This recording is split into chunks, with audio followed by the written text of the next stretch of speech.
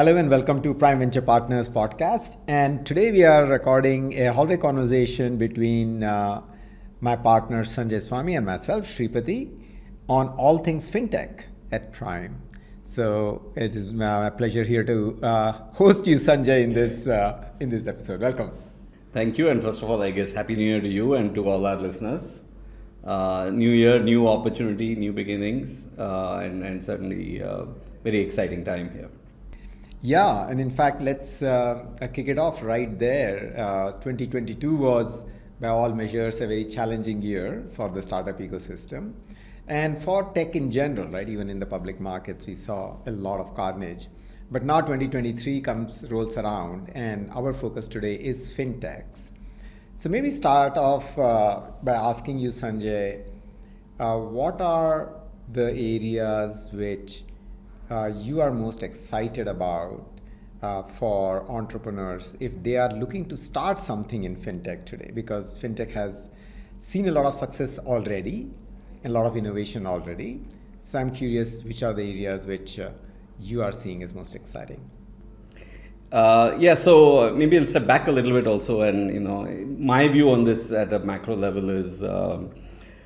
The one-line summary is fintech is this Akshay Patra. It gives the gift that keeps on giving. There's just, we're still always in the first innings of a baseball game or whatever analogy you want to use.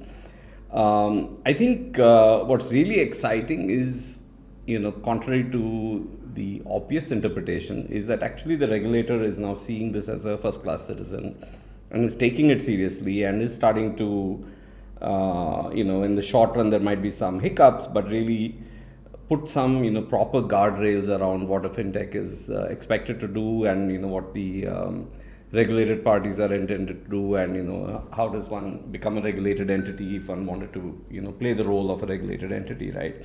So it had sort of gone from the Wild West or the Wilder East, or however you want to put it, to now something that is much more straitjacketed and well defined, at least in terms of concept, but still of course plenty of opportunity, right? So with that sort of backdrop, if I think about what's happening here and where the opportunities lie, because the broad areas everybody will look at are lending, investment, insurance, payments, neobanks, those are broadly the areas.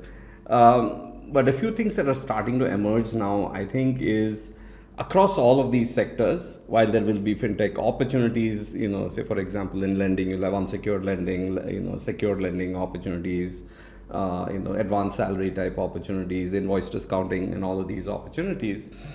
One thing that's clear is that the incumbents, which are the banks and the NBFCs, etc., they also need to up their game, right? I think the consumer expectation of having a digital first experience, being able to get a loan approved within a matter of 3 minutes or 30 seconds or what have you, being able to do sort of a digital video eKYC and open an account, all that now infrastructure is in place in India especially, and the expectation has also been set. So on the one hand, you'll have fintechs, which are really more financial service providers, who are either getting licenses themselves or partnering with those with licenses and bringing a customer facing solution to the market.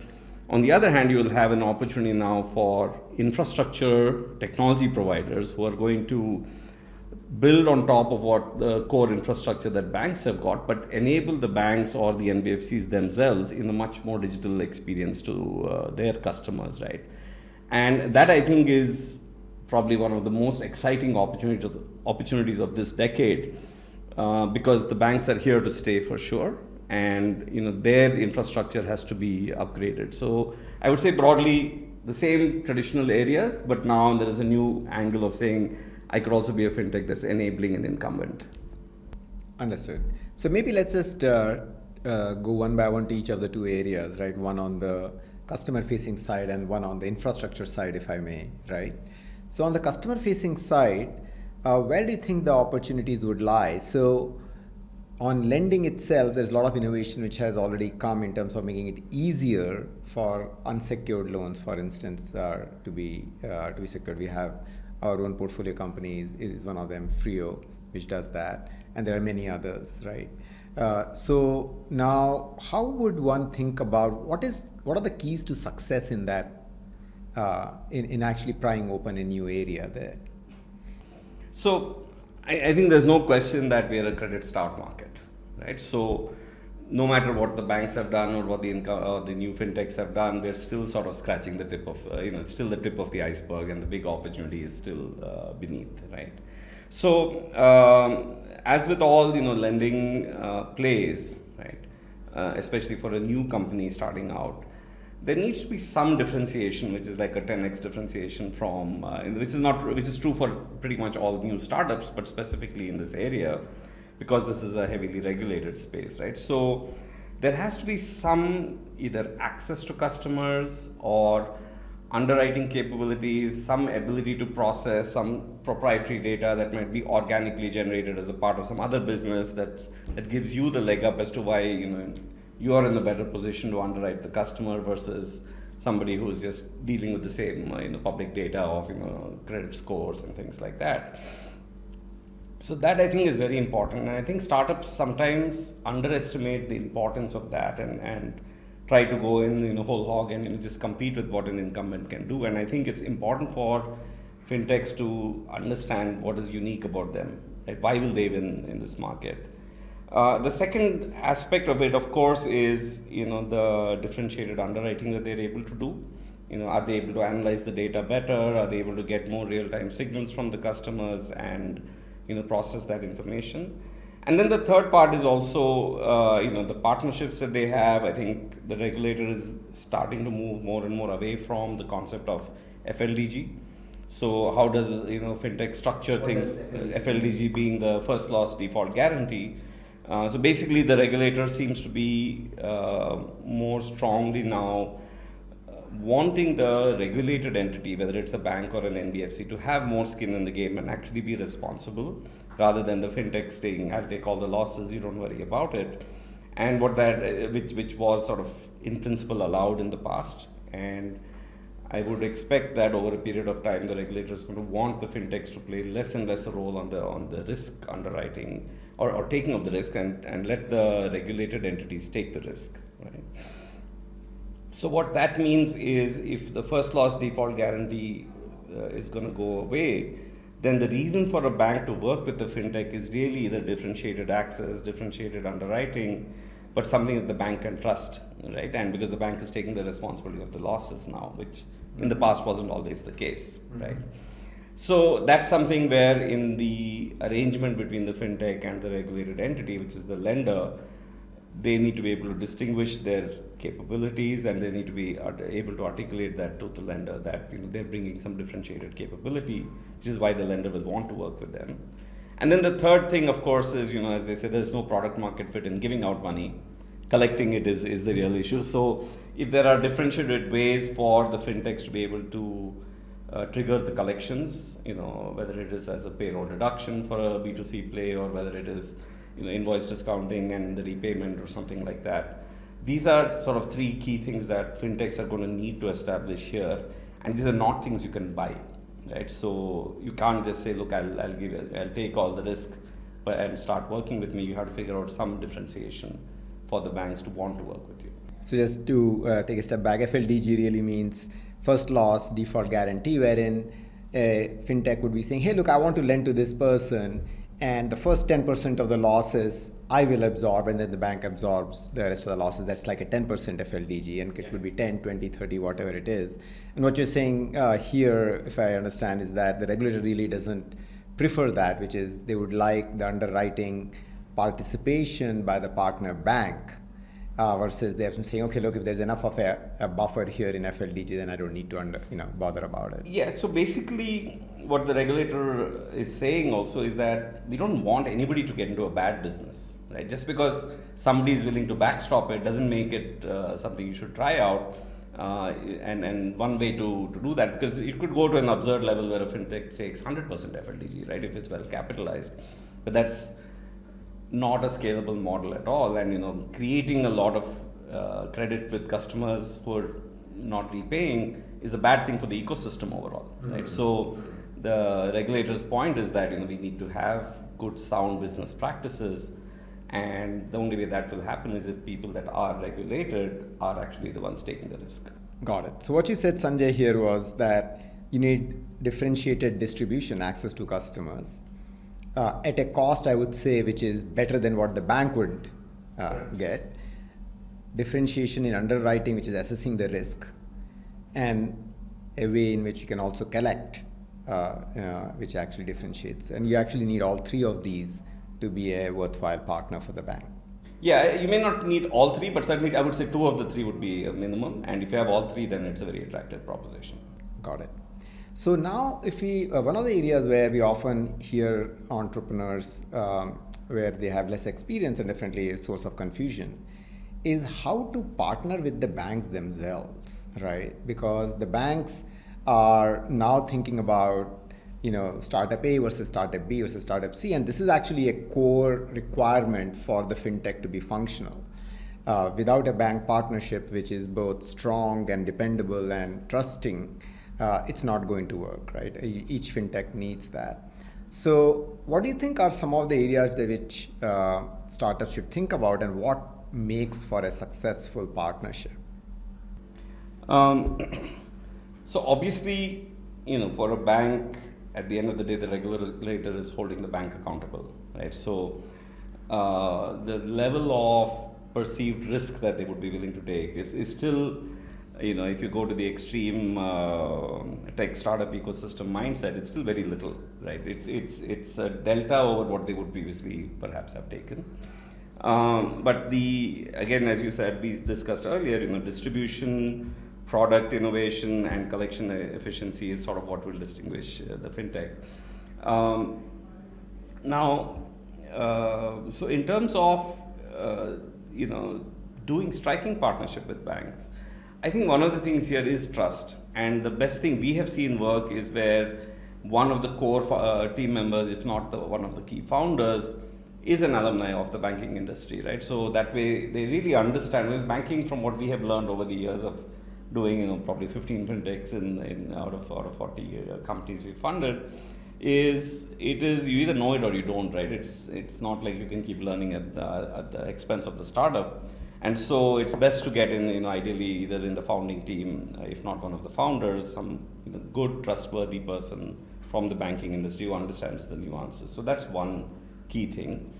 The second basically a banking veteran in the founding team, if not as one of the co-founders. Yes. Yeah, veteran, or at least 8-10 years of experience, but someone who can talk credibly and understand. Most fintech entrepreneurs, don't know that assets means when you've given out money, and liabilities means when you have savings, right? Everybody logically, we all think it's the other way around. Right. So right, you can't be going and making what is NIM and things like that. These are like net interest margin.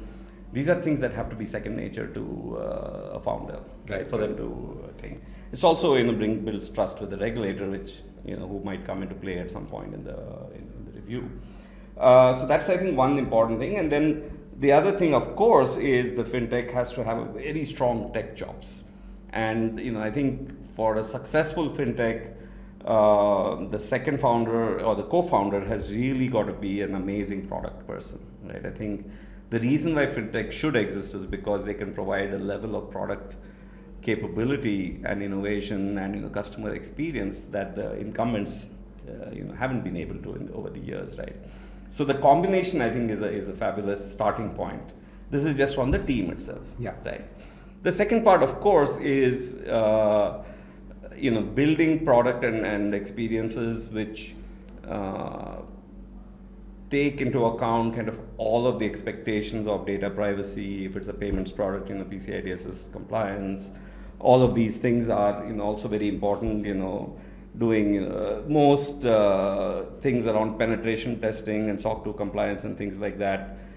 I think many of the banks already were running, and at some point in their journey it became important for them to get that. But for startups, you got to be there right from day zero. There's no question. You can't do your first transaction in any payment startup unless you're PCI certified. So that is, I think, a very important piece that you just have to assume, which means that there will be slightly longer time to market, lead time. But that also tells that other competitors also are going to have that same time to market, right? So these are things which are best done when it's a young company and you can, maintain that rigor. And I think the third thing here is that I think it's important for fintechs also, if they want to have a place for themselves, is to not be dependent on one partner, right? So right from the beginning, you have to design it to be where it's always going to be multi-partner, even though you may launch with one, right?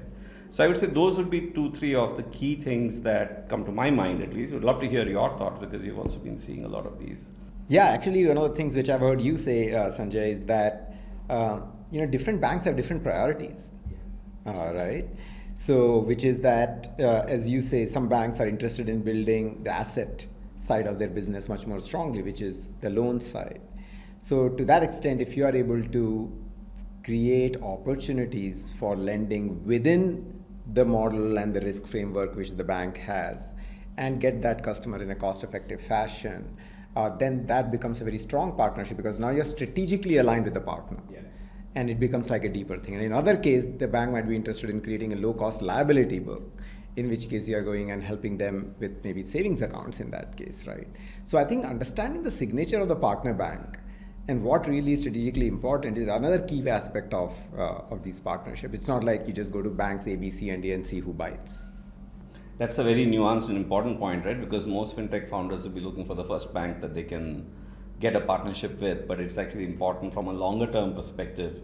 And we've seen companies regret having made certain partnerships, not because they're bad partnerships, it was just the wrong fit for that particular fintech, right? So that's actually a very important nuanced point as well. Yeah. One other thing I say is there has to be something unique that you're doing that the bank is not doing by itself, right? That's one of the reasons I love these plays which are at the intersection of one domain and banking, right? Because the bank is going to look at it as a domain play, and other domain players are going to look at it as a fintech play, and that's why these companies should exist, right? If you're just doing what the bank would anyway have wanted to do or thinks it's doing, then at some point there will always be less of an incentive for the bank to support the fintech, because it'll say, hey, we just beef up our capabilities, right? So fintech bringing some good domain expertise, some ability to underwrite based on non-financial data. These are things that make them complementary to the bank and therefore additive. And I think that's very important for fintechs to consider. Yeah, and I think that, again, one of the things which we have talked about in the past is all around, how you're changing the goalposts about how you're evaluating the creditworthiness of a customer. And which is this whole advent of flow-based lending with UPI. Maybe you can touch a little bit more upon that. So before I come to flow-based, I wanted to give an example, right? We have this company in our portfolio, Auto Capital, which does two-wheeler leasing, right? And in principle, you say, well, banks lend for two-wheelers. Why can't they do this, right? But two-wheeler leasing is pretty nuanced because there is a residual value. And one needs to be able to predict or to estimate what that residual value of a particular vehicle should be. And that residual value might change from geography to geography across the country, right? So a particular form of a motorbike might be much more popular in central India, maybe in tier 2 towns than in thing, right? So that ability to estimate what it's going to be worth, the willingness to say, look, in case the customer decides to walk away, I will pick up the vehicle, I will sell it on the second-hand market and get rid of it. These are not things that banks are comfortable doing, right? Mm-hmm. They're not set up to do that. So it made for a very good partnership, even though on the surface it seemed like banks have a two-wheeler lending book. Why do they need a startup's help here, right? So these are some examples of how I think founders should really think about their complementarity and of the value proposition. And just to actually expand on that, because in this particular case, when Auto, as we know, has the ability to go and retrieve the vehicle or to sell it, etc., the write-offs and NPAs just become smaller. Right? And when that happens, your ability to lend also increases from the bank's perspective, because now they're seeing a better return on their investment, they can lend more, etc. So it's totally right in the sense that once you go and specialize in a vertical, a lot of part of that value chain actually tie back together to create incremental value. So let's come back to flow-based lending, right? And I think you will do a great job of doing it better than me. So why don't you talk about how that might create new opportunities? Yeah. So traditionally, if you see, people have been underwritten based on their income, based on their assets that they own, based on, like, if you own a house, for example, versus if you're renting a house, you might be considered to be more creditworthy by a bank because, worst case, if he doesn't pay his credit card bill, I can go repossess his home. Or at least, even if I don't have a lien on the house, the fact that he owns a house means he's already been making payments, etc. So probability of somebody defaulting is much lower. But when you get to a segment where they don't necessarily have all the assets, so I could be a shopkeeper, I might be renting my store, I might not have a vehicle anymore with the rental economy, I've got these bound scooters I can go, or Yulu or whatever, and I don't even need to own a vehicle, and I might be renting my home, right? And because I'm a shopkeeper, I don't have a job per se, I don't have regular income, right? Mm-hmm. It becomes very hard for me to be, to be seen as creditworthy by the traditional ways, right? However, if somebody gave me money to stock up more goods in my store, there are ample research and studies that show that I would do 20% more business, right? And that's sort of the thesis behind one side of flow-based lending, and we have a company, of course, FinTech, that's doing this, where they actually look at the relationship between the retailer and their supplier, right? And they look at the longevity of that relationship, where, let's say, I have been selling, Procter & Gamble or HUL goods for 5 years in the same store, and I'm doing a certain volume of business, and it's a long-standing relationship, and I'm fully digitized. I've got my purchases and my expenses all sort of digitized here. That information can be analyzed, and the strength of that relationship between the distributor or the brand and the retailer can be analyzed. And I can say, well, how about I give you a loan of, say, 2 lakh rupees or 3 lakh rupees, so that you can stock more goods in your store, or maybe even as small as 50,000 rupees. You can stock more goods in your store, and I can see the uplift in your business. And over a period of time, as you start repaying it, which will just happen through the course of business, I can increase that credit line from 50,000 rupees to 1 lakh to 2 lakhs to what have you. And this is sort of new to the banks, because what people are analyzing is the flow of capital, right? Is the flow of expenses and the flow of collections that are happening, of repayments that are happening. And based on that, coming up with a judgment of this person is creditworthy for X amount of rupees, right? And that had not existed in the past.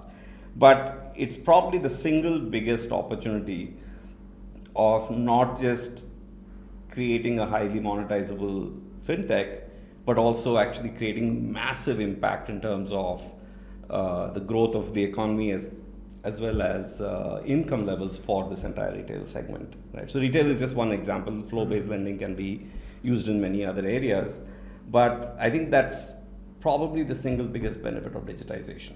Now, what does it require? It requires ability to analyze digital records. It requires very low cost, customer acquisition and onboarding, and it requires sort of collections which happen in the flow of the transaction, right? So if I gave, let's say you were a retailer and I gave you 50,000 rupees and you went and stocked up goods, I ideally want to make sure that the 50,000 I gave you is really a line that you use to stock goods. It's not like you can, go out and take your family for a New Year's Eve dinner. And then subsequently, if one of our listeners was to come to your store and pay you for the goods, some percentage of that from every transaction ideally just goes back towards repaying the loan, right? Yeah. And that actually optimizes it for you too, because you're minimizing your IRR rather than waiting for the end of the month to pay, right? So in retail, actually, there's many compelling reasons to do this. One of the very interesting things is retailers. This whole idea of saying repay your loan on the 5th of the month, right? If you go to a mithai shop, shopkeeper, he may have a lot of business on the weekend. If the 5th of the month is a Thursday, he probably has no money to repay, right? Mm-hmm. But on Monday morning, he may be flush with money to repay, right? So that doesn't make him less creditworthy, right? It just means that the system is just incapable of adapting to what the customer's requirements are, right? And a lot of it has to do with technology infrastructure that the incumbents have got that needs to be, rejigged or re-engineered, and that's where the infra opportunity also comes into play. And a lot of it has to do just with processes and policies, and these are new opportunities that are emerging, right? As you see with UPI, for example, number of digital transactions that are suddenly being recorded. That is the basis of how you can say, okay, if somebody is doing 50,000 rupees a month of digital transactions, and we can have a proxy that digital is, say, 30% of his business volume if it's in the metro, maybe a smaller percentage if it's in a smaller town. Now we can say, okay, so if that is 30%, that means he's doing probably 2 lakhs a month of business volume, and it's a very creditworthy merchant, right? Mm-hmm. So flow-based lending exists in several other areas. There are obviously B2B things like what Credx does for invoice discounting. That's another form of flow-based lending. Then if you think about for consumers, your salary is itself, what about a salary advance, right? That's also flow-based lending, because your flow of money is in your monthly salary, and I'm giving you, say, half your salary on the 15th of the month, and gets repaid out of your payroll, right? So there are a variety of these opportunities, and it's a massive opportunity. And it's probably worth bears mentioning, because this opportunity and this data was not available earlier, right? So UPI was launched back in 2016, and now it's doing 7 billion transactions a month, which is just a massive, massive number. So just imagine that much data in digital form was just not available. And now we have the framework wherein with the account aggregator framework now being integrated with banks, where with the user's consent that data can be made available and so forth. I think that there's a very clear answer, because we like to ask, when we are discussing opportunities among ourselves and evaluating companies, like, why now? Like, why is this opportunity coming up now? And I think in the case of flow-based lending, that answer is very clear. Yeah. Why now? Because we just didn't have that data available so far. And with the deeper penetration, and with GSTN soon going to be available on account aggregator, right? It's not just bank statements, but you'll also have now the transaction data as well, available for businesses. For businesses, correct. It's a great point, and so it's not just for consumer, but also on B2B side of things, where it opens up a whole new portal for opportunity. So flow-based lending, really very interesting.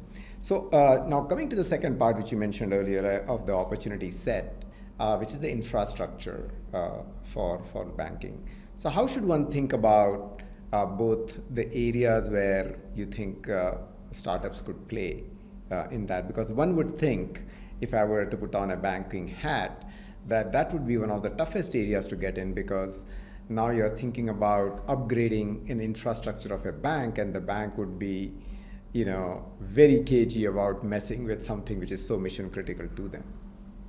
Yeah, so that's obviously a challenge, and that's bound to be there, but I think this decade, or what was left of this decade, now we're into 23, around the world, banks are going to be looking to upgrade their infrastructure, right? Now, I think what banks are realizing is they're actually spending a lot of money on their infrastructure, right? And it's unlikely that the existing providers, so historically banks have never built technology, they've always purchased technology. Right, and they run these huge data centers, and they have a CIO who sends out for competitive bids, and they buy all these servers and routers and blah blah blah. And at the same time, they have a core banking system, but they also have a switch vendor, and Switch being a software company, software provider. You have card management systems, you have loan management systems, you have all of this. So they have historically been buying technology from others, right? With huge budgets, right? I think what they're realizing now with the new age companies, which are cloud first, everything built on REST APIs, everything, done on open source stacks and things like that, that it's the cost that these new companies are, quoting them is a fraction of what they are already spending, right? And it's very clear now, a lot of, examples have been proven. I would say 5 years ago, the question, it was no way it's going to happen, the sort of a mindset. But I think that ship has kind of sailed, right? It's not yet achieved, critical mass in terms of speed. But I think people have now realized that it's a matter of time that this is going to happen. It's not a question of if, right? We have seen in the Netherlands, for example, the central bank is sort of pushing all the banks to say, move your core banking to the cloud, right? In fact, naming, one of the cloud providers, saying that is the one that you should be working with, right? So I think banks also realize that it is a matter of time that this transformation has to happen. And I think the big challenge for them is that they have a running business and you're doing open heart surgery on the patient, or you're changing a spare tire while the car is running, sort of proverbs, as they say. And so, analogies. So the question is, how do you make that happen seamlessly, right? And I think what will start happening is the new opportunities, which they anyway don't have, is where you'll start seeing some of this new age infrastructure initially coming in. And as we have seen with Night FinTech, for example, co-lending has been an area where they're starting to see good momentum. But co-lending, is just a special case of lending. In fact, it's the harder problem to solve where there is more than one lender. But over a period of time, the bank will also adopt it for its own lending, right? So what I think will start happening is things which are customer facing and maybe new products is where you'll start seeing some of this innovation come in. And gradually it'll bleed into the whole infrastructure of the bank.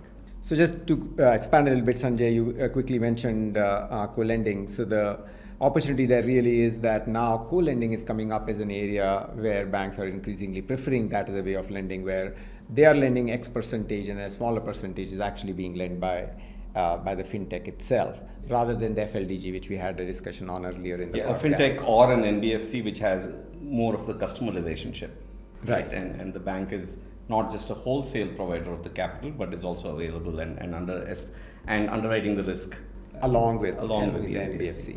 That's correct. And so the infrastructure and the tech to enable that, because now the repayments have to be split and all those kind of things, is not obvious, and it's certainly not already existing. So there are new products, new opportunities which come up, and what you're saying is that the banks will be a lot more open to partnering in those areas with a new product. It makes total sense. But just to add on that, what will happen in the process, as we've seen in this particular case, is that the tech stack is also just getting upgraded, right? Because the startup is actually using AI, is doing analysis, getting data from multiple sources, automatically analyzing it, as a part of the risk. So the banks will start looking at that and say, wait a minute, why am I not doing it for my direct lending also? Mm-hmm. I think that's how this will become. It gets your foot in the door, and then the partnership can really expand over other things as well. So we are looking at opportunities in flow-based lending, new market segments where you can lend profitably through better distribution, underwriting, collections, etc., as well as banking infrastructure. I know from some of the blogs which you have written and conversations that they're also looking at cross-border payments and as an area of interest. But let me change tacks a little bit and ask Sanjay here. So if I'm a startup, I'm a founder, and I have an idea and it's in one of these areas or maybe related areas, how would I engage with Prime here to take this idea forward? Yeah, so look, we started with FinTech, before the term probably existed, and it's been our, a big part of our heart and our brain, I guess, gets has affinity to FinTech. And quite honestly, if you're a founder with an idea, just drop us a note on Twitter or WhatsApp or email or whatever.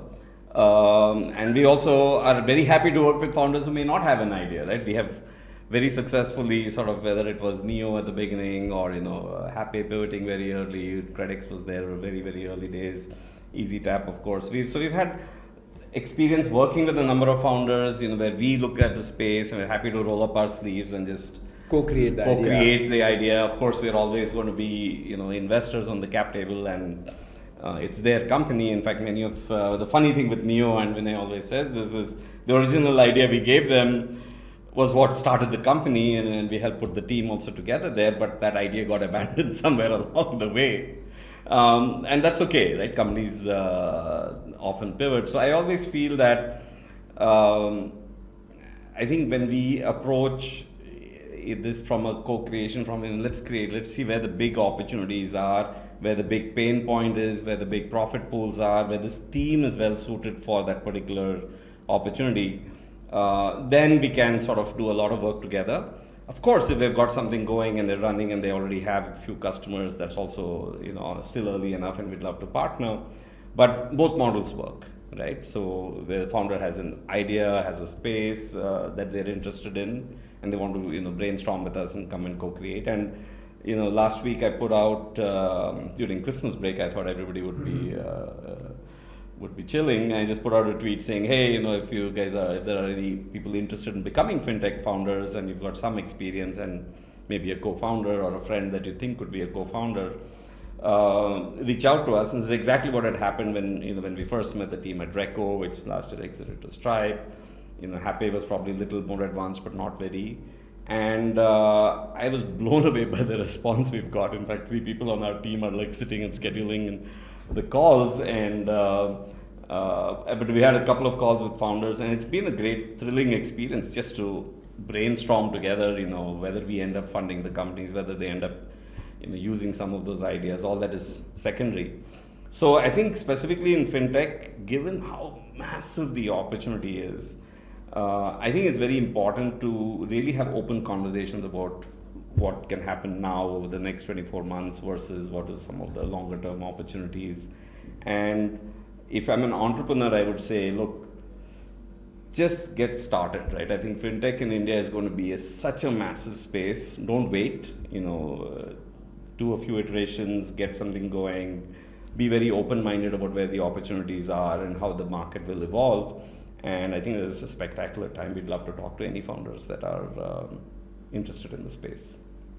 Wonderful. Well, thanks, Sanjay, for a quick whirlwind tour of the world of fintech, and I hope to both meet and engage with founders with great ideas in 2023. Thanks. Yep. Cheers. Dear listeners, thank you for listening to this episode of the podcast. Subscribe now on your favorite podcast app for free, and you'll be the first one to know when new episodes are available. Just search for Prime Venture Partners Podcast in Apple Podcast, Spotify, Castbox, or however you get your podcasts. Then hit subscribe. And if you have enjoyed the show, we would be really grateful if you leave us a review on Apple Podcast. To read the full transcript, find the link in the show notes.